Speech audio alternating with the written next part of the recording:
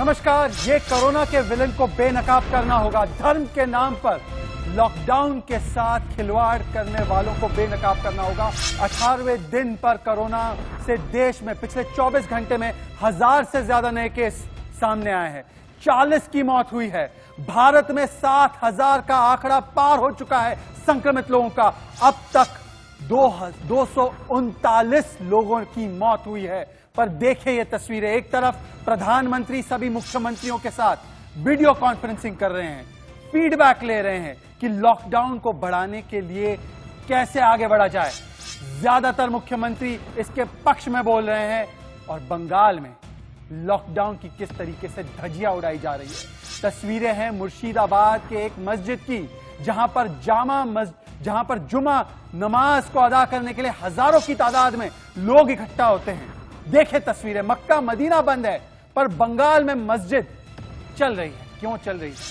इस तरीके से जानबूझकर देश की सेहत को सिर्फ और सिर्फ मजहब के नाम पर बंधक बनाया जा रहा है। ये कैसी ममता है वोट बैंक की राजनीति के साथ? क्या कार्रवाई होगी इन लोगों पर? पहले जमात के अधर्म पर धर्म का बुरखा डाला गया, अब धर्म की आड़ में देश की सेहत के साथ खिलवाड़। मजहब का चश्मा कब उतरेगा? दिल्ली की भी तस्वीरें दिखाना चाहता हूं। चांदनी महल इलाके में 13 मस्जिदों में 102 जमाती छिपे पाए गए। 52 पॉजिटिव टेस्ट हुए हैं। वही दिल्ली में जहां पर 229 नए कोविड के केस सामने आए हैं, उसमें से 154 तबलीग जमात से जुड़े हुए हैं। दिल्ली में कुल मिलाकर 940 केस है, जिसमें 584 मरकज से जुड़े हुए हैं। तबलीग की तकलीफों का, जमात की जहालत का फेहरिस्त मैं आपको पूरे सप्ताह से सुना रहा हूं। महाराष्ट्र की ओर चलते हैं। 92 नए केसेस सामने आए हैं। Total case 1666। मुंबई में 1000 से ज्यादा केस। कल मैंने आपको दिखाया था तबलीगी डॉक्टर का कोरोना कांड, कैसे एक तबलीगी ने 52 मेडिकल स्टाफ को तबाह कर दिया वोखाड़ हॉस्पिटल में।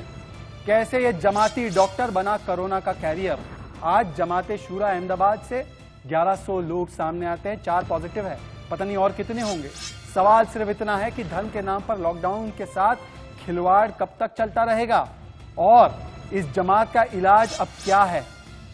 ये जैविक जिहाद जो रचा जा रहा है, इसके बारे में कुछ ना कुछ करना पड़ेगा, क्योंकि देश के ऊपर धर्म को नहीं रखा जा सकता। पर मैं ये बड़ी डिबेट शुरू करूं और मेहमानों से आपका परिचय कराऊं। मेरे साथ 4 मेहमान जुड़ेंगे, मैं उनसे परिचय कराऊं। उससे पहले इस वक्त की सबसे बड़ी खबर और उस खबर पर नजर रखने वाले हमारे एग्जीक्यूटिव एडिटर रोहित सावल मेरे साथ जुड़ चुके हैं। और ये मेरे साथ इसलिए जुड़े हैं क्योंकि 4 घंटे की प्रधानमंत्री और मुख्यमंत्रियों की वीडियो कॉन्फ्रेंसिंग की जो जान है, जहान है, फॉर्मूले को सबसे पहले देश की जनता तक आप ही ने सामने लाने का काम किया था। ये फॉर्मूला क्या निकल कर आया है रोहित?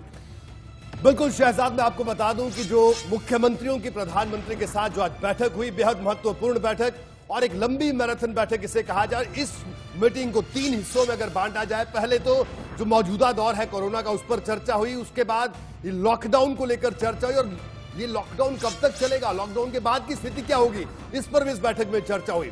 तो जो हमारे सूत्र बता रहे हैं वो ये कि लॉकडाउन का 2 हफ्ते बढ़ना लगभग तय है। और इसके अलावा जो प्रधानमंत्री ने बात की, उन्होंने आज एक मंत्र दिया इस बैठक में मुख्यमंत्रियों को। पिछले संबोधन में प्रधानमंत्री ने कहा था जान है तो जहान है। आज उन्होंने मुख्यमंत्रियों के साथ बातचीत में कहा जान भी बचाएंगे और जहान भी बचाएंगे। पर रोहित, आप कह रहे हैं कि 2 हफ्ते, मतलब देखिए 14 अप्रैल को ये समाप्त होने वाला था जी। आज हम 18वें दिन में हैं जी। आप कह रहे हैं 2 हफ्ते, तो मतलब मई तक ये चलेगा लॉकडाउन?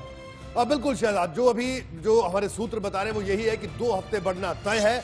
और 2 हफ्ते के बाद का रोड मैप क्या होगा, उस पर भी इस बैठक में चर्चा हुई। प्रधानमंत्री ने मुख्यमंत्रियों से कहा कि वो अपने अपने प्रदेशों में 3 जोन बनाए, रेड जोन, येलो जोन और ग्रीन जोन। और उसके लिहाज से फिर 2 हफ्ते बाद वहां पर मूवमेंट तय करें कि ग्रीन जोन में कुछ रियायत दी जाए, येलो जोन में कुछ कम रियायत दी जाए और रेड जोन में किसी भी तरह की आवाजाही को पूरी तरह से रोक कर रखा जाए। इसके अलावा प्रधानमंत्री ने यह भी कहा कि अस्पताल में हर बेड पर ऑक्सीजन हो ताकि किसी को वेंटिलेटर पर ले जाने की जरूरत ना पड़े। किसानों के लिए उन्होंने साफ तौर पर कहा कि किसानों की सुविधा का ख्याल रखा जाए क्योंकि फसल सामने खड़ी है। साथ ही साथ कहा फैक्ट्री में जो मजदूर काम कर रहे हैं उनके खाने और रहने की व्यवस्था का भी ख्याल रखा जाए। ये तमाम बातें प्रधानमंत्री ने कही और मुख्यमंत्रियों से शहजाद उन्होंने यह भी कहा कि अफवाहों को रोके, क्योंकि जिस तरह की अफवाहें फैलाई जा रही थी कि देश में दवाएं कम है, निर्यात हो रहा है, प्रधानमंत्री ने कहा कि देश के पास पर्याप्त भंडार है दवाओं का, उसके बाद हम निर्यात कर रहे हैं। शहजाद रोहित, एक दिलचस्प जो नजारा हमें दिखा कि प्रधानमंत्री ने आज संबोधन करते वक्त मुख्यमंत्रियों से उन्होंने मास्क पहना हुआ था। जी, उसका क्या मकसद था? वो क्या संदेश देना चाह रहे थे कि जो बात उन्होंने कुछ दिन पहले कही थी कि घरेलू मास्क का भी आप उपयोग करें, वही मैसेज देना चाह रहे थे देश को? बिल्कुल शहजाद, देखिए प्रधानमंत्री अपने हर एक्शन में एक संदेश देते हैं, मैसेज देते हैं। तो आज जब वो जिसे कहा जाए हम गमछा जिसे कहते हैं वो उन्होंने अपने मुंह पर लगाया था, उसका मास्क उन्होंने लगाया था। और कल भी जिस तरह से उन्होंने अपने एक बनारस में एक जिलाध्यक्ष से, अपने बीजेपी के जिलाध्यक्ष से जब उन्होंने बातचीत की थी, तब भी उन्होंने उसको यही कहा था कि लोगों से कहें, स्थानीय लोगों से कहें कि जो गमछा हम गले में लटकाते हैं या घर पर मास्क बनाए उसका भी मास्क बना सकते हैं, कि मास्क लेने के लिए दुकानों में भाग दौड़ की जरूरत नहीं है, मास्क आपके घर में है, उसको लगाइए और कोरोना से बचिए और दूसरों को भी बचाइए। पर रोहित, मुझे एक बात बताइए, 4 घंटे तक ये मुलाकात चली जी, ऑनलाइन वीडियो कॉन्फ्रेंसिंग के जरिए। मुझे एक बात बताइए कि कितने स्टेट्स ने हामी भरी लॉकडाउन को एक्सटेंड करने की? जहां तक मेरी जानकारी जो आपने दी थी, जो चल भी रहा है चैनल पर, कि 10 स्टेट्स ने इसमें हामी भर दी थी, उन्होंने कहा था कि एक्सटेंड होना चाहिए। कौन से स्टेट्स थे? जी बिल्कुल, मैं शहजाद आपको बता दूं, जिस तरह से हरियाणा की बात है, दिल्ली की बात है, महाराष्ट्र की बात है, से तमाम प्रदेश थे और लगभग तमाम मुख्यमंत्रियों की यही राय थी कि लॉकडाउन को बढ़ाया जाए। इस बात को लेकर थोड़ी सी जरूर चर्चा थी कि इसकी अवधि कितनी बढ़ाई जाए, फिर से 21 दिन होगा, 2 हफ्ते होगा, लेकिन बढ़ाने में के लिए तमाम मुख्यमंत्री सहमत थे कि लॉकडाउन की अवधि बढ़ाई जाए। और उसके बाद यह तय हुआ कि 2 हफ्ते लॉकडाउन बढ़ाया जाए और 2 हफ्ते के बाद हर प्रदेश अपने लिहाज से समीक्षा भी करे और अपने यहां रियायत दे। लेकिन 2 हफ्ते तक किसी भी तरह से स्टेट के बाहर का मूवमेंट नहीं होगा, यानी लॉकडाउन का सख्ती से पालन करवाया जाएगा, यही हमारे सूत्र बता रहे हैं। शहजाद जी, रोहित जी, मेरे साथ मेहमान भी जुड़ रहे हैं, पर मैं उनके पास चलूं उससे पहले 2-3 और सवाल है। पहली बात तो यह कि मुझे अरविंद केजरीवाल, मुख्यमंत्री दिल्ली का ट्वीट दिखाई दे रहा है जिसमें वो प्रधानमंत्री के फैसले की सराहना कर रहे हैं। क्या दिल्ली के मुख्यमंत्री की भी ये मांग थी कि एक्सटेंड किया जाए? दिल्ली में जो प्रकोप है वो बहुत खतरनाक है, 900 से ज्यादा केस है, मैंने जैसे बताया, और मरकज का काफी बड़ा एंगल है उसमें। बिल्कुल शहजाद, दिल्ली के मुख्यमंत्री अरविंद केजरीवाल का स्टैंड इस मीटिंग में जो बिल्कुल साफ था कि वो बिल्कुल मुखर थे इस बात को लेकर कि लॉकडाउन को बढ़ाया जाए, क्योंकि तमाम मुख्यमंत्रियों का कहना था और जो अनुभव ये बताता है कि सिर्फ और सिर्फ संपूर्ण लॉकडाउन ही इस पूरी समस्या का, इस संकट का एक समाधान अभी फौरी तौर पर हमारे सामने है। तो ऐसे में केजरीवाल का स्टैंड साफ था और जिसका इस बात का उन्होंने ट्वीट भी किया है। ठीक है, और रोहित जी, जो स्टेट्स की मांग रही होगी, 4 घंटे अगर मीटिंग चली है तो काफी स्टेट्स के इनपुट रहे होंगे, फीडबैक रहे होंगे। क्या इकोनॉमिक रिलीफ को लेकर कि केंद्र सरकार हमारी सहायता करे, किसी तरीके से एड दे हमें, क्या इस पर भी बातचीत हुई और उस पर क्या निकला? क्या फाइनेंस मिनिस्ट्री इस पर कुछ कदम उठाएगी? बिल्कुल, देखिए, अगर मैं जिस तरह से आपने कहा कि जो अर्थव्यवस्था के लिहाज से, जिसे कहा जाए अंतरिम अर्थव्यवस्था के लिहाज से क्या कुछ होना चाहिए, इसको लेकर जो वित्त मंत्रालय है उन्होंने अपना रोड मैप कुछ दिन पहले भी रखा था। हाँ, आज की बैठक में भी चर्चा हुई, तमाम मुख्यमंत्रियों ने अपनी बात बताई और मैं आपको बता दूं कि कई ऐसी स्टेट्स हैं जहां पर कई तरह की, हर भौगोलिक स्थिति से हर प्रदेश के अपने मसले हैं, अपनी दिक्कतें हैं, तो उन बातों का भी जिक्र किया गया और इस बैठक में बड़े विस्तार से हर बात पर चर्चा हुई। लेकिन सबसे पहले स्थिति यह थी कि सबसे पहले इस जो संकट है इससे बाहर आया जाए, उसके बाद जो लॉकडाउन है, लॉकडाउन से कैसे धीरे धीरे बाहर आएंगे और जब लॉकडाउन से बाहर आएंगे उस दौर में किस तरह से जो गतिविधियां हैं, चाहे वो औद्योगिक गतिविधियां हैं या दूसरी गतिविधियां हैं, वो कैसे शुरू होंगी, उस रोड मैप पर बड़े विस्तार से चर्चा हुई। यही वजह है कि प्रधानमंत्री ने हर मुख्यमंत्री को कहा कि अपने अपने प्रदेशों में जो फैक्ट्रियां हैं आपकी, वहां जो मजदूर काम करते हैं उनके ठहरने और खाने की व्यवस्था करवाइए। उन फैक्ट्री मालिकों से कहिए कि प्रॉपर, जिसे कहा जाए कि सोशल डिस्टेंसिंग का ख्याल रखा जाए,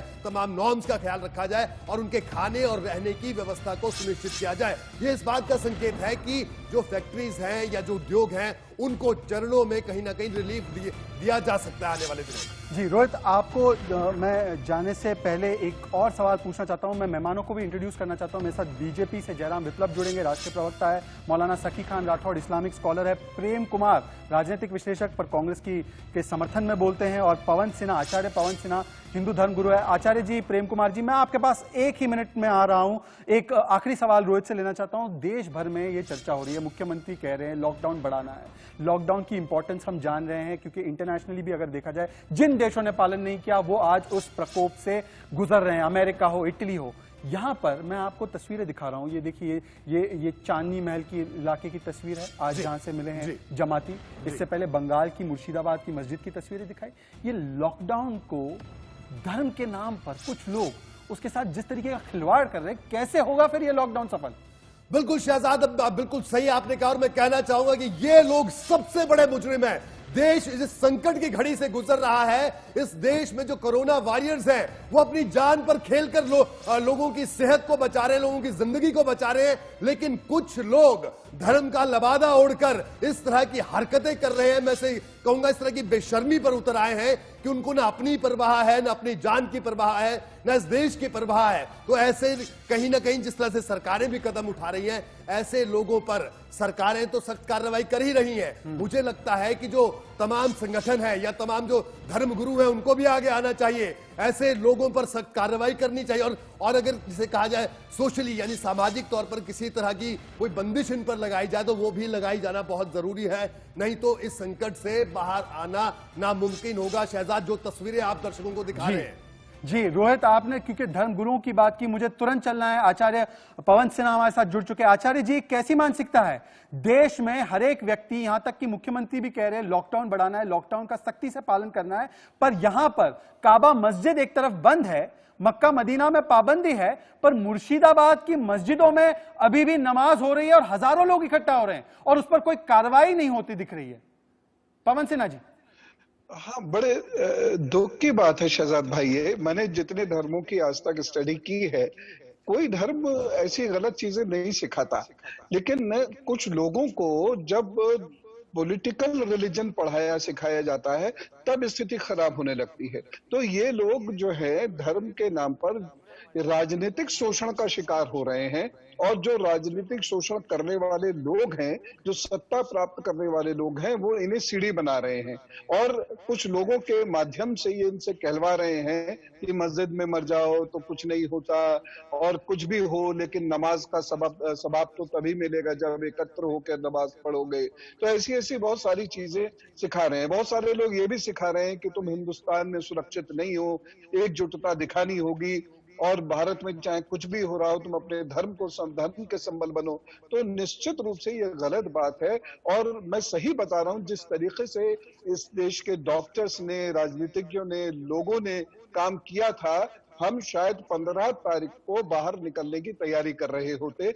अब 2 हफ्ते फिर हमें अंदर रहना पड़ सकता है। पवन सिन्हा जी, पर आप देखिए, आप बेनिफिट ऑफ डाउट दे रहे हैं, आप कह रहे हैं कि इन लोगों को इस्तेमाल किया जा रहा है, पर मैं आपको बताना चाहता हूं मुंबई के उस तबलीगी डॉक्टर के कोरोना कांड के बारे में मैंने कल भी दिखाया था, मेरे सहयोगी राशिद ने उसकी पूरी रिपोर्ट दिखाई थी कि एक पढ़ा लिखा व्यक्ति तबलीग जमात से जुड़ा हुआ, वो जानता है कि उसमें वो संक्रमण हो सकता है, जानबूझकर वो धारावी की एक मस्जिद में जाता है, नमाज अदा करता है, जबकि लोगों को कहा गया कि मत जाइए। पढ़ा लिखा व्यक्ति फिर वो वॉकहार्ड में आता है जहां पर वो काम कर रहा है, वहां पर 52 लोगों को उसकी वजह से संक्रमण होता है। वॉकहार्ड हॉस्पिटल को कंटेनमेंट सेंटर में तब्दील कर दिया जाता है। कोरोना वॉरियर्स को तबाह कर देता है ये तबलीगी। क्या इसको आप बेनिफिट ऑफ डाउट दे सकते? क्या ये पढ़े लिखे व्यक्ति को पता नहीं था? मैं कहता हूं कि ये मरकजी मानसिकता है, ये मरकजी मानसिकता है जो मुर्शिदाबाद से लेकर धारावी के और वॉकहार्ड के अस्पताल में दिखाई दे रही है।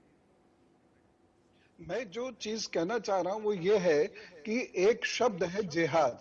हाँ, जिहाद अल अखदर हो चाहे जिहाद अल असगर हो, ये दोनों चीजें अपने आप में सही हैं, लेकिन जब हम जिहाद को राजनीतिक तौर पर सिखाने की कोशिश करते हैं तो जिहाद को किसी एक संप्रदाय के खिलाफ खड़ा करने के लिए सिखाया जाता है, जिहाद को किसी मुल्क को तबाह करने के लिए सिखाया जाता है। और ये जो सिखाने वाले लोग हैं, जब तक हमारे हाथ इनके गले तक नहीं आएंगे, जब तक इनकी गिरबान कानून के हाथ में नहीं होगी, तब तक ये लोग लगातार ऐसा करेंगे। और जिहादी तो कोई भी बनाया जा सकता है। जिहादी लोगों को सिर्फ ये बताना है कि अगर तुम्हें सरवाइव करना है तो इसे खत्म करना जरूरी है, इस मुल्क को खत्म करना जरूरी है। ये वो जिहादी लोग हैं जो ये सारे कार्य करने के लिए तैयार हो चुके हैं, और ये बहुत बड़ा खतरा है। शायद आप तो खैर इसे पहचान रहे हैं, लेकिन बहुत सारे हिंदुस्तानी आज भी इस खतरे को नहीं पहचान रहे हैं। तो इस जिहादी मानसिकता के खिलाफ धर्म गुरुओं को खड़ा होना चाहिए, तब ये रुक पाएगी, अन्यथा ये बहुत बड़ी तबाही लाने वाली है, मैं बता रहा हूं। प्रेम कुमार हमारे साथ जुड़ चुके हैं, राजनीतिक विश्लेषक। प्रेम कुमार जी के पास भी चलना चाहता हूं मैं, पर रोहित देखिए ना, कुछ लोग हमारे देश में हाइड्रोक्सी क्लोरोक्विन के एक्सपर्ट है, पावर ग्रिड फेल हो जाएगी उसके एक्सपर्ट है, हर रोज कोरोना के एक्सपर्ट बनते हैं, पर जब ऐसी मस्जिदों में कहा जा रहा है कि मत आइए नमाज अदा करने, तो वोट बैंक की ममता ऐसी है जी कि अब यहां पर एक्सपर्ट बनने के लिए वो तैयार नहीं है, यहां पर कार्रवाई करने के लिए तैयार नहीं है। ये वोट बैंक की क्या इस तरीके से हवस है कि वो इस चीज पर कार्रवाई नहीं हो सकती। शहजाद, बिल्कुल सही आपने कहा कि वोट बैंक की ममता, इसके आपके इस संबोधन के जो अर्थ है वो बड़े निहित हैं और सही बात है। बड़ी शर्म की बात है कि तमाम जो पॉलिटिकल पार्टीज हैं इस वक्त वो एक तरफ तो कह रहे हैं कि नहीं, कोरोना के संकट में हम सब साथ साथ खड़े हैं, लेकिन ऐसे लोगों पर कोई कुछ बोलने को तैयार नहीं है, क्योंकि उनको डर लगता है इस बात का कि कहीं उनका वोट बैंक ना छिन जाए, क्योंकि उनको लगता है कि कोई धर्म विशेष या कोई समुदाय विशेष उनका वोट बैंक है, और अगर वो कुछ गलत भी कर रहे हैं तो अगर वो उनके खिलाफ कुछ बोलेंगे, उन पॉलिटिकल पार्टीज को, इस देश की कुछ पॉलिटिकल पार्टीज को यही लगता है कि अगर उनके खिलाफ कुछ बोलेंगे तो उनका वोट बैंक छिटक जाएगा, यानी ऐसे में वो कहीं ना कहीं ऐसे लोगों को मौन समर्थन दे रहे हैं। और बिल्कुल इस बात की कड़ी भर्त्सना होनी चाहिए और इन पॉलिटिकल पार्टीज को एक बार जरूर सोचना चाहिए। शहजाद प्रेम कुमार, अगर मौन समर्थन नहीं है, अगर ममता बनर्जी का मौन समर्थन नहीं है, तो ये जुमे की नमाज अदा कैसे हुई वहां पर? ये क्यों होने दिया गया? ये मैं कहूंगा कि एक तरीके से देश की सेहत के साथ इतना बड़ा खिलवाड़ हुआ और वेस्ट बंगाल का प्रशासन, उसकी पुलिस देखती रही। प्रेम कुमार जी, कोई जवाब है इस बात का? बिल्कुल जवाब है। कुछ बातों को समझना बहुत जरूरी है कि जो तस्वीरें दिख रही हैं, निश्चित रूप से उसका कोई समर्थन नहीं हो सकता, वो नहीं होना चाहिए।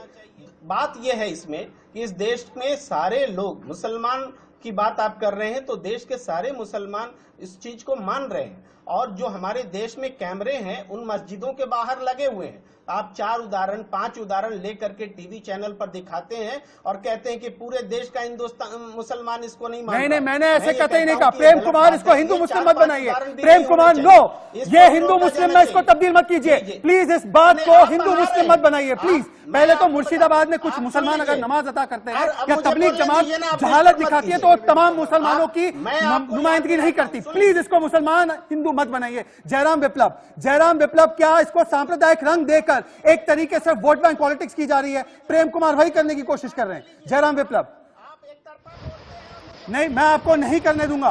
प्रेम कुमार कतई नहीं। जयराम विप्लव, तौर पर यह देश यहाँ के लिए दुर्भाग्यपूर्ण है, ये दुर्भाग्यपूर्ण है शहजाद भाई कि तबलीगी जमात को लेकर जब सवाल उठे तो उसको पूरे मुसलमानों को लेकर के ये टारगेट कर देते हैं और मुसलमानों को ये बरगलाते हैं कि देखो मुसलमान पर आघात हो रहा है, इस्लाम पर आघात हो रहा है। ये सरासर ये विपक्ष की पार्टियां और उनके जो प्रवक्ता जो टीवी चैनलों पर और अखबारों में लिख रहे हैं, ट्विटर पर लिख रहे हैं, ये सारे लोग इसी षड्यंत्र में जुटे हुए हैं। प्रेम कुमार, पाकिस्तान भी तबलीग जमात से जो है तंग आ चुका है। पाकिस्तान के वीडियो वायरल हो रहे हैं, आप देखते हैं कि नहीं सोशल मीडिया? आप सोशल मीडिया देखा करें। आचार्य जी बताइए इनको कि तबलीग जमात से तो इंडोनेशिया, मलेशिया, सिंगापुर, पाकिस्तान, ये लोग भी त्रस्त है। ये तबलीग जमात मुसलमानों की नुमाइंदगी करेगी क्या? 20 करोड़ मुसलमानों की। आचार्य जी, एक चीज मजे की बात बताऊं, ये देखिए, अगर साद साहब ये आपसे कहेंगे कि अल्लाह जो है अपने हाथों से शराब पिलाएंगे आपको और 72 हुरों के साथ शराब पिलाएंगे, तो आप जब साद साहब का नाम लेंगे तो आपको उनकी बात को कोट तो करना ही पड़ेगा। इसमें हिंदू मुसलमान कहां से आ गया? इस डिबेट में तो किसी ने हिंदू मुसलमान की बात ही नहीं की। प्रेम साहब, अगर एक मस्जिद में मान लीजिए 50 लोग इकट्ठे हैं तो आप ये मान के चलिए उन 50 के साथ साथ 200 और लोगों की जान भी खतरे में आ गई। उन 200 लोगों के साथ साथ 800 और लोगों की जान खतरे में आ रही है। अब आप इसकी गंभीरता को समझिए। इस वक्त जहां एक चौराहे पे 4 आदमी को नहीं खड़ा होना चाहिए, मस्जिद में अगर 50 लोग जाकर खड़े हो रहे हैं तो ये गलत है, इसकी भर्त्सना होगी। प्रेम कुमार, इसको धर्म की आड़ में, धर्म के बुरखे से कुछ लोगों के अधर्म को मत छुपाओ। प्रेम कुमार, ये गलत बात है। प्रश्न उठाया है शहजाद साहब ने, तो उस पर प्रेम कुमार जवाब दे रहे हैं। आप मेरी 1-2 बातें सुनिए, गौर से सुनिए। नहीं, इसको हिंदू मुस्लिम मत कीजिए मैं आप। बोल रहा हूं कि देखिए, मैं आपसे कैमरे लगाइए दरख्वास्त कर सारे, रहा हूं, इसको हिंदू मुस्लिम के आईने से मत देखिए। आप सुनिए पहले, आप बोलने देखिए, आप बोलने नहीं देते। आप कितने असहिष्णु हैं, आप मुझसे मेरी बात पूरी नहीं होने देना चाह रहे हैं। आप कितने असहिष्णु हैं। अरे आप इस देश में सारे पार्कों में जाके कैमरे लगा दीजिए, सारे पढ़े लिखे लोग आज भी पार्क में मिल जाएंगे आपको, आप वो कैमरे नहीं दिखाएंगे। आप सब्जी बाजार में, मंडी में चले जाइए, देखिए क्या स्थिति है। इन मस्जिद में जो हालात आप दिखा रहे हैं ना, वही हालात उन सब्जी मंडी में भी है। प्रेम कुमार, पर क्या वो लोग, एक सेकंड, क्या प्रेम कुमार मुझे एक बात बताइए, प्रेम कुमार, हिंदू मुसलमान नहीं होगा, लेकिन आप हिंदू मुसलमान करते हैं। आप ध्यान दीजिए। आप रोहित, क्या ओखला मंडी में या कुछ लोग होंगे या जो लोग हैं वो क्या कोरोना वॉरियर्स पर थूक रहे हैं? क्या वो महिलाओं के साथ अश्लीलता कर रहे हैं? क्या वो पेशाब कर रहे हैं जैसे नरेला के और द्वारका के सेंटर में दिखाया गया? अब ये कौन सी क्या वो इस तरीके से कोरोना वॉरियर्स की जान को जोखिम में डाल रहे हैं क्या? बिल्कुल कोई नहीं कर रहा, लेकिन शहजाद जो लोग ये कर रहे हैं उन लोगों पर, उन लोगों की कड़ी निंदा करने की हिम्मत होनी चाहिए हमारे तमाम पॉलिटिकल सिस्टम के लोगों में। तब उनको वोट बैंक के बारे में नहीं सोचना चाहिए। जो आज आपने सवाल उठाया है वो वाजिब सवाल है, वो इस देश का सवाल है जिसका जवाब इन लोगों को देना ही होगा। शहजाद, देना होगा। जयराम विप्लव, अभी भी मोदी विरोध ज्यादा जरूरी है। प्रेम कुमार ममता बनर्जी के लिए कोरोना विरोध नहीं, मोदी विरोध। और मोदी विरोध में वोट बैंक का वायरस चलेगा, और ये वोट बैंक के वायरस के चलते जामा मस्जिद जुमा की नमाज अदा होगी तो भी कोई कार्रवाई नहीं होगी। ये है कुल मिलाकर। जयराम विप्लव। शहजाद भाई मुझे लगता है कि मानवता की इस लड़ाई में कम से कम वोट बैंक की पॉलिटिक्स को छोड़ देना था, लेकिन आज हमारा विपक्ष वही कर रहा है। जहां एक और वो अमेरिका से भारत के संबंधों को लेकर के बयानबाजी करता है, तो वहीं पर उनकी जुबान सिल जाती है जब इस बड़े षड्यंत्र का खुलासा होता है कि मलेशिया में तबलीगी जमात ने कैसे बैठक की थी, कैसे नेपाल से संक्रमण फैलाने की कोशिश हो रही है, कैसे पाकिस्तान बॉर्डर से संक्रमित आतंकवादियों को भेजने की तैयारी हो रही है। और मैं इस प्रेम कुमार जिनके दिमागी वायरस का इलाज जरूरी है, प्रेम कुमार आप ये बताइए, जब आप समर्थन में उतरते हैं तो क्या भारत के किसी एक मंदिर में वो स्थिति आपने देखी है क्या जो आज ये तबलीगी जमात के लोग कर रहे हैं? तो फिर आप क्यों ये हिंदू मुसलमान करना चाहते हैं? प्रेम कुमार जवाब दीजिए। भारत का कोई व्यक्ति ये नहीं कह रहा कि तबलीगी जमात का मतलब आप मंदिर के नुमाइंदा नहीं है। मतलब ही आप मत बोलिए कि योगी आदित्यनाथ इसी मंदिर में इसी लॉकडाउन के दौरान वहाँ पे धार्मिक उत्सव में शरीक हुए थे। आप मत बोलिए, सोशल डिस्टेंसिंग करनी थी, योगी आदित्यनाथ मंदिर में शरीक हुए थे। मुझे यकीन नहीं हो रहा, प्रेम कुमार आपका डिफेंस ये है कि आप कुछ ऐसे केसेस निकाल कर अब हिंदू कौम को भी खड़ा करना चाहते हैं। शहजाद वो विजुअल देख सकते हैं, योगी आदित्यनाथ के विजुअल देख सकते हैं और ये विजुअल देख सकते हैं। मत बोलिए। एक सेकंड प्रेम कुमार सुन लीजिए। रोहित सावल आपसे, रोहित सावल कुछ प्रेम बता कुमार जी, अगर आप कह रहे हैं कौन से उत्सव में शामिल हो, योगी आदित्यनाथ जिस उत्सव जिसका आप नाम दे रहे हैं उसकी तस्वीरें देखिए आप, वो अकेले चल रहे हैं, सोशल डिस्टेंसिंग वहां पर दिख रही है, वहां पर ऐसी हजारों की भीड़ इकट्ठा नहीं है, वहां पर ऐसी भीड़ इकट्ठा नहीं है। प्रेम कुमार, अगर आपने वो तस्वीरें देखी होंगी योगी आदित्यनाथ की, और आप बेवजह इस तरह का तर्क दे रहे हैं, आपको निंदा करनी चाहिए लोगों की, लेकिन आप डिफेंस कर रहे हैं लोगों का। आपको निंदा करनी चाहिए, लेकिन आप डिफेंस कर रहे हैं लोगों का। हो गई हैं वो तस्वीरें अब भी सोशल मीडिया में मौजूद हैं। मुझे पता नहीं है ये क्या तर्क है। आचार्य जी, आचार्य पवन सिन्हा, मुझे लगा प्रेम कुमार जैसे शिक्षित व्यक्ति, सभ्य व्यक्ति का आकर कहेंगे कि ममता बनर्जी को इन पर कार्रवाई करनी चाहिए। यहां पर उल्टा वो कह रहे हैं कि देखिए वो हिंदुओं ने कर दिया। ये हिंदू मुसलमान की लड़ाई बनाना इनका एकलौता डिफेंस है। आचार्य जी। हाँ, मुझे भी बड़ा आश्चर्य हुआ, क्योंकि मैं जैसे ये कार्यक्रम शुरू हुआ है मैं तब से जुड़ा हुआ हूँ, किसी ने कोई वैसी बात नहीं की। वो अपने पूर्वाग्रह से आए और उन्होंने आते ही मुर्शिदाबाद में जो कुछ हुआ उस पर उन्होंने एक लफ्ज नहीं बोला, और वह अपने नए नए आर्गुमेंट्स खड़े करते रहे दूसरों को कटघरे में लाने के लिए, और हम पर इल्जाम लगा रहे हैं कि हम हिंदू मुसलमान कर रहे हैं। देखिए, दूसरी चीज, 9 जनवरी को 3 ऐसे आतंकवादी थे जिन्होंने नेपाल बॉर्डर से क्रॉस करके वह भारत के अंदर आए। नेपाल सरकार को भी इनकी एक्टिविटीज के बारे में नहीं पता था, नहीं तो वो शायद कार्रवाई बहुत सख्त करती इनके ऊपर। अब ये खुद कहते हैं कि ये भारत में जो परेशानियां खड़ी करना चाहते हैं उसका बेस नेपाल बना रहे हैं, और मैं इनके नाम भी आपको बता सकता हूं। ख्वाजा मोइनुद्दीन है, एक उसमें अब्दुल समद है, और एक सैयद नवाज हैं, ये 3 लोग जब ऐसी बात कर रहे हैं, अब इसमें बताइए क्या हम फैक्ट्स को नरेट ना करें? हम फैक्ट्स को बताते हैं तो ये बिल्कुल सही कहा आपने आचार्य जी। आचार्य पवन सिन्हा, आप बिल्कुल सही तरफ इशारा कर रहे हैं और बात आज जैविक जिहाद, जैविक आतंकवाद की भी हो रही है। आचार्य पवन सिन्हा, आपने जिस ओर इशारा किया है उस पर भी चर्चा करेंगे और आगे आएंगे तो चर्चा इस बात पर भी होगी कि कब तक देश के ऊपर धर्म को रखा जाएगा। मैं आपको अब तक की टॉप हेडलाइंस और अपडेट्स कोरोना के संबंध में दिखाना चाहता हूं, उसके बाद लौट कर आएंगे डिबेट में और पूछेंगे सवाल कि कब तक राष्ट्र नीति के ऊपर राजनीति होगी। आइए तुरंत राइट और रॉन्ग में आपका एक बार फिर से स्वागत है। चर्चा हो रही है देश में लॉकडाउन बढ़ाने की, जिसकी खबर हमें हमारे एग्जीक्यूटिव एडिटर, इंडिया न्यूज के एग्जीक्यूटिव एडिटर रोहित सावल ने सबसे पहले दी थी। रोहित सावल मेरे साथ इस वक्त मौजूद है। चर्चा इस बात पर भी हो रही है कि धर्म की आड़ में लॉकडाउन के साथ खिलवाड़ कब तक होगा। रोहित जी, एक तरफ मुख्यमंत्री कह रहे हैं लॉकडाउन बढ़ाएंगे, पर कुछ लोग लॉकडाउन को फेल करने के लिए तमाम हथकंडे अपना रहे हैं और उन पर यह सेक्युलर जमात चुप है।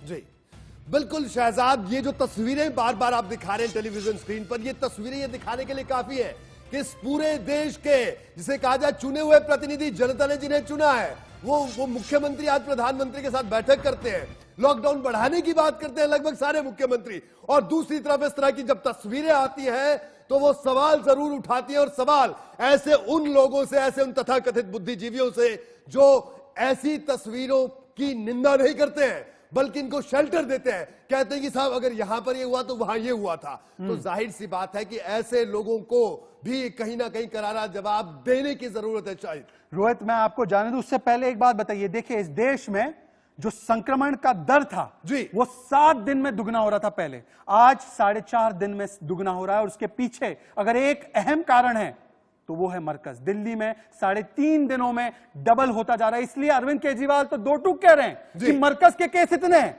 तब ये लोग कुछ नहीं कहते। पर अगर हम सवाल उठाते हैं कि मुर्शिदाबाद की मस्जिद में नमाज अदा करने के लिए लोग क्यों जमा हो रहे हैं, तो हम पर यह आरोप लगाया जा रहा है हिंदू मुस्लिम का।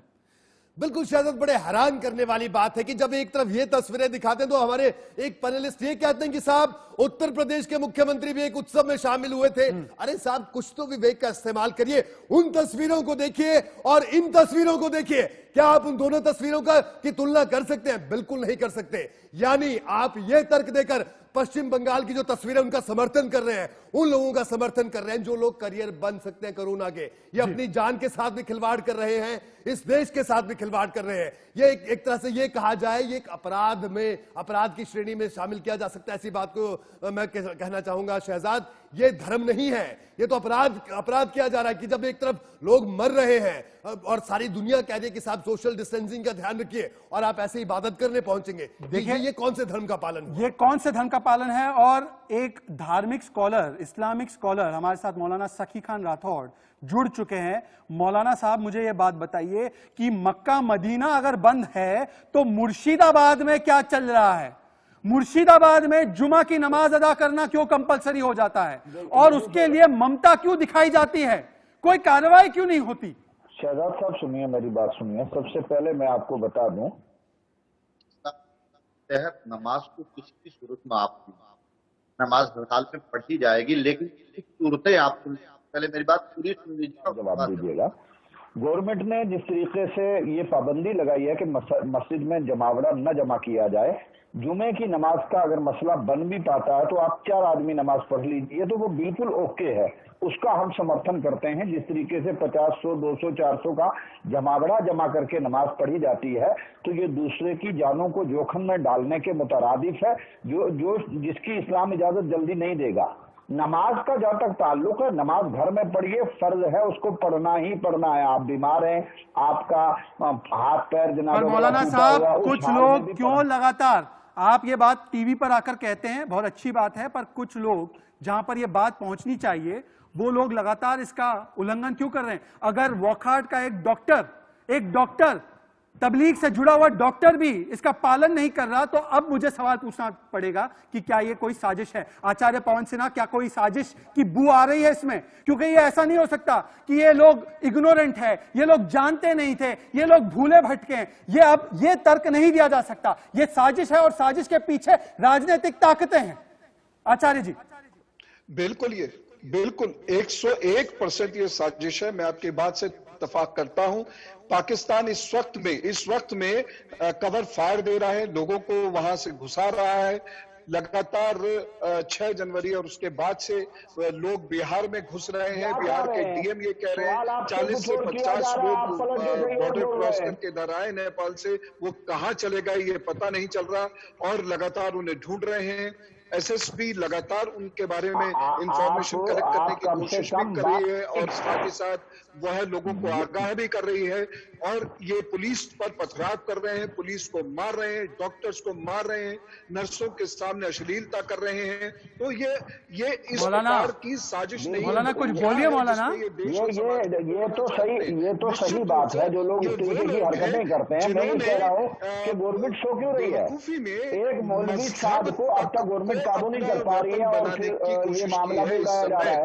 ये मौलवी साहब को बुलाइए ताकि वो अपनी पूरी तनजीम। मौलाना सखी खान राठौड़, क्या आप ये पहले तो एक्सेप्ट करते हैं कि ये गलती कर रहे हैं ये लोग? और दूसरी बात, इस इमाम पर, इस मस्जिद के इमाम पर क्या कार्रवाई होनी चाहिए? मौलाना स्टैंड लीजिए, राइट या रॉन्ग, इनके ऊपर क्या कार्रवाई होनी चाहिए?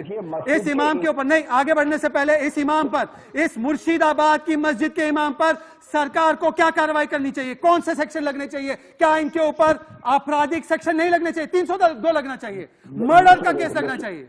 देखिए नहीं, बोलिए 302 लगे। सारा कसूर जो है वो मौलाना लोगों का नहीं होता है। मौलाना का नहीं, किसका कसूर है? सुनिए ना, जो लोग आ रहे हैं मस्जिद में उनको कंटिन्यू मना किया जा रहा है कि मस्जिद में नहीं आना है। 4 आदमी से ज्यादा गवर्नमेंट ने इजाजत नहीं दी है, फिर भी 50 आ जाता है। तो फिर गवर्नमेंट को क्या? जयराम, गलती किसकी है भाई? आप कह रहे, सुनिए, आप ये कह रहे हैं कि नहीं, आज मुझे जवाबदेही चाहिए। जयराम, जवाबदेही किसकी होनी चाहिए? शहजाद साहब, आप ये बताइए कि जब आप कह रहे हैं कि पूरा एहतमाम पुलिस ने किया है तो मस्जिद में 50 आदमी कैसे जमा हो? बचाने की कोशिश मत कीजिए मौलाना, इस्लाम के नाम पर बचाने की कोशिश मत कीजिए जयराम। और राज्यों को अपने यहाँ कानून व्यवस्था के पालन को सख्ती से देखना पड़ेगा, कहीं भी इस प्रकार की घटना नहीं हो। और जो भी मौलाना टेलीविजन पर आते हैं, राज्य सरकार विलन है, ममता बनर्जी की सरकार विलन है, ये Tablighi Jamaat corona villain, Mamata Banerjee corona villain है। निश्चित तौर पर मुर्शिदाबाद में जो कुछ बीजेपी का आरोप है, प्रेम कुमार जवाब दीजिए। नमाज पढ़ रहे हैं, वो निश्चित रूप से वायलेशन कर रहे हैं नियम का, वो कानूनन दंड के भागी हैं। पर मैं ये कह रहा हूँ कि ये जो 5 तस्वीरें दिखा रहे हैं, इसका ये भी मतलब है कि देश के बाकी जगहों में मुसलमान लोग इसका पालन कर रहे हैं, नमाजी नहीं जा रहे हैं। ये भी इसका मतलब है। यही 4-5 जगह है जहाँ ये घटनाएं छूटी है, नियम टूटे हैं। और दूसरी बात मैं ये कहता हूँ कि आप पार्क में जाइए, आप कह रहे पढ़े लिखे लोग वायलेशन कर रहे हैं, पढ़े लिखे लोग पार्क में भी वायलेशन कर रहे हैं। वो किस मंडी में जो भीड़ लगती है उसकी भी तस्वीरें दिखाइए, आप उनके लिए भी डिमांड करिए। एक तरफा मैं इसलिए बोल रहा हूँ कि एक तरफा कौन बोल रहा है? आचार्य पवन, आचार्य पवन, पुलिस ने डंडे चलाए हैं, पुलिस ने अपना काम किया है वहां पर। जी आचार्य जी बोलिए, आपकी आवाज आ रही है जी, बोलिए। आचार्य जी का काउंटर है, आचार्य जी काउंटर कर रहे थे, काउंटर कीजिए। जी, मैं कह रहा हूं कि जिन लोगों की ये बात कर रहे हैं, जो लोग इकट्ठे हुए थे, पुलिस ने उन्हें डंडे चलाए हैं उनके ऊपर। और दूसरी बात यह है, पुलिस एकदम डंडे नहीं चलाती है, पुलिस वार्न करती है। अगर लोग इकट्ठे हो गए और पुलिस ने वार्न किया है और वो लोग वहां से डिस्पर्स हो रहे हैं, तो उनको कटघरे में क्यों खड़ा किया जाएगा? लेकिन जो लोग बार बार कहने के बावजूद देश 13 तारीख से लगातार चिल्ला रहा है, उसके बावजूद जो लोग बार बार ऐसा कर रहे हैं, तो उनको तो कटघरे में खड़ा किया ही जाएगा, उनको तो सवाल उठाया ही जाएगा। जान का सवाल है, जिस देश के माल का सवाल है, इस देश के लोगों की चैनल जान का का उपयोग सवाल करते है, हैं। क्वेश्चन तो उठेगा, प्रेम कुमार, निश्चित रूप अरे से उठेगा। स्वास्थ्य प्रेम मंत्रालय कुमार, ने कहा एक सेकंड, कि प्रेम कुमार मरीजों जी, को प्रेम लांछित कुमार, मत कीजिए। प्रेम कुमार, प्रेम कुमार, यूएन ने कहा, प्रेम कुमार, एक यूएन ने सेकंड, कहा प्रेम कुमार, कि प्रेम कुमार, लांछित एक सेकंड, मत सभी लोग, कीजिए। सभी लोग, एक सेकंड, एक समुदाय के आधार सेकंड, पर। एक सेकंड, जयराम एक सेकंड, प्रेम कुमार, यूएन को शशिकांत ये राठौर, पता नहीं होगा ना कि ये लोग यहाँ पे क्या कर रहे हैं। पवन जी एक सेकंड, प्रेम कुमार, क्या सब्जी मंडी में जो लोग आ रहे हैं, जो लोग सब्जी मंडी में आ रहे हैं, क्या वो लोग जानबूझकर कोरोना वॉरियर्स पर थूक रहे हैं क्या वो जानबूझकर कोरोना वॉरियर्स की जिंदगी को खतरे में डाल रहे हैं क्या? मैं आपको दसियों उदाहरण दे दूंगा। ये हरकत किसकी है और ये पूरे मुसलमान कौम को कोई बदनाम नहीं कर रहा। मैं खुद मुसलमान हूं। बहस हो रही है, उन तस्वीरों पर बहस हो रही है जो नमाज पढ़ने के लिए मस्जिद पे जा रहे हैं। सखीकांत आप राठौर, भटक रहे हैं, भटका रहे हैं, आप खुद क्लियर हो लीजिए। एक सेकंड, सखीकांत राठौर, थूकने का समर्थन मैं नहीं करता, कोई नहीं करता, पर कोई उसके ऊपर कार्रवाई करने की मांग भी नहीं करता। सखीकांत राठौर, सखीकांत राठौर, सखीकांत राठौर, मैं ये कह रहा हूँ, चाहे सब्जी मंडियां हो, चाहे मसाजिद में जमावड़ा हो, इस वक्त जो है हमारा सजा मिल गई, कान पकड़ के घर पे एक एक करके जयराम, एक मिनट, सखीकांत राठौर के बाद आप मरकज के इंसिडेंट ने आज देश में देखिए, एक साथ सब बोलेंगे तो आवाज किसी की नहीं जा पाएगी। हम स्काइप लाइंस पे हैं, प्लीज थोड़ा कोऑपरेट कीजिए, थोड़ा कोऑपरेट कीजिए। इस वक्त जरूरत इस बात की है कि सबसे ज्यादा कानून व्यवस्था का, इंडियन कवानीन का पालन किया जाए। तो कौन नहीं कर रहा सर? वही तो सवाल है ना, कौन है ये लोग? क्या समझते हैं अपने आप को? ये लोग अपने आप को समझते क्या है? क्या ये देश के ऊपर है? क्योंकि धन का चोला उन पर है। हर संप्रदाय से लोग हैं जो इसका पालन नहीं कर रहे हैं, पालन कर रहे हैं वो भी सब में है, पालन नहीं कर रहे हैं वो भी। जयराम विप्लव, सवाल ये भी है, जयराम विप्लव, सवाल किसी एक धर्म का नहीं है और सवाल इसलिए जयराम विप्लव आपसे भी है। बीजेपी के कर्नाटका के एमएलए अपना बर्थडे मनाते हैं, 100 लोग इकट्ठा होते हैं। महाराष्ट्र में वर्धा के आपके एमएलए 200 लोगों को जमा करते हैं। ये भी जिहादी है, ये भी कोरोना विलियन है क्या? जैसे ये जमाती है उनको भी कोरोना विलन कहा जाएगा? सुनिए, हाँ सुनिए, यहीं पे शहजाद भाई मैं अंतर स्पष्ट करता हूँ। किसी ने भी इस प्रकार के हरकत करने वाले, कोई चाहे विधायक हो या चाहे वो वीवीआईपी जो कल परिवार के साथ छुट्टी मनाने जा रहे थे, आप अपने विधायकों की बात कीजिए, आप अपने विधायकों से मत हटिए। आप अपने विधायकों पर क्या कार्रवाई करेंगे, मुझे उसके बारे में पता करना है। अब मुंबई में जो हो गया सो हो गया, विधायकों की बताइए। निश्चित रूप से उन पर कानूनी सुनिए, निश्चित रूप से उन पर कानूनी कार्रवाई होगी और कार्रवाई होनी चाहिए, चाहे वो मुर्शिदाबाद के मस्जिद में जमा हुए लोग हो, चाहे वो बीजेपी के विधायक हो। अगर आप लॉकडाउन का पालन नहीं करेंगे तो आपके ऊपर कार्रवाई होनी चाहिए। इसमें धर्म नहीं, इसमें कोई धर्म की आड़ नहीं, किसी के साथ कोई भेदभाव नहीं होना चाहिए। मैं लौट कर आऊंगा इस चर्चा में, और चर्चा में लौटने के बाद आखिरी पड़ाव में होगा राइट और रॉन्ग, सवाल का जवाब लिया जाएगा कि लॉकडाउन को जो धज्जियां उड़ेल रहे हैं ना उनके साथ क्या सलूक किया जाए।